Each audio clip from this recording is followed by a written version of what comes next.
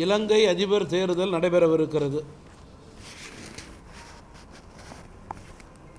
கடந்த ஆண்டுகளிலே இலங்கை தமிழ் மக்கள் அனுபவித்த துயரங்கள், அவர்களுக்கு இழைக்கப்பட்ட அநீதிகளெல்லாம் வார்த்தைகளால் சொல்ல முடியாதவை.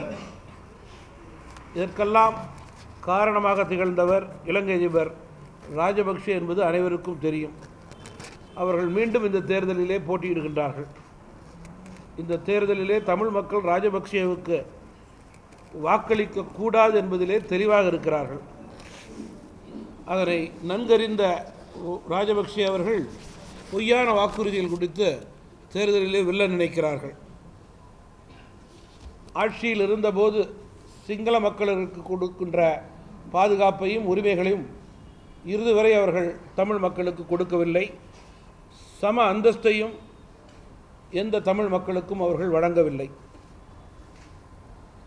தமிழ் மக்களுக்கு எதிராக பல்வேறு நேரங்களிலே மனித உரிமை மீறல்களை நடத்தியவர். போரினால் பாதிக்கப்பட்ட அப்பாவி தமிழ் மக்களுக்கு மறுவாழ்வு, மறுகுடியமர்த்தல் ஆகிய பணிகளை முறைகளே செய்யாதவர். இதன் காரணமாக பாதிக்கப்பட்ட தமிழ் மக்களுடைய வாழ்க்கை தரம் இன்றைக்கு கூட முன்னேறவில்லை. இன்னும் பாதிக்கப்பட்டு இன்னலுடன் வாழ்ந்து வருகிறார்கள். எனவே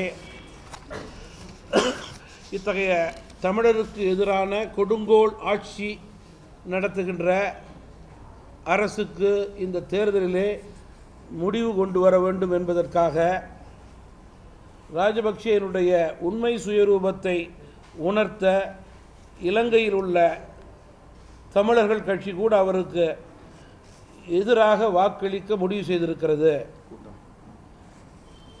இலங்கையிலுடைய தமிழர் கூட்டணி கட்சி. இதற்கிடையிலே தேர்தல் அறிவிக்கப்பட்ட உடனேயே இலங்கையிலே இந்திய நாட்டினுடைய பிரதமர் மோடி அவர்கள் ராஜபக்சேவுக்கு வாழ்த்து தெரிவிப்பது என்பது தமிழ் மக்களுடைய எண்ணங்களுக்கு எதிரானது என்பதை இந்த நேரத்திலே நான் சுட்டிக்காட்ட விரும்புகிறேன்.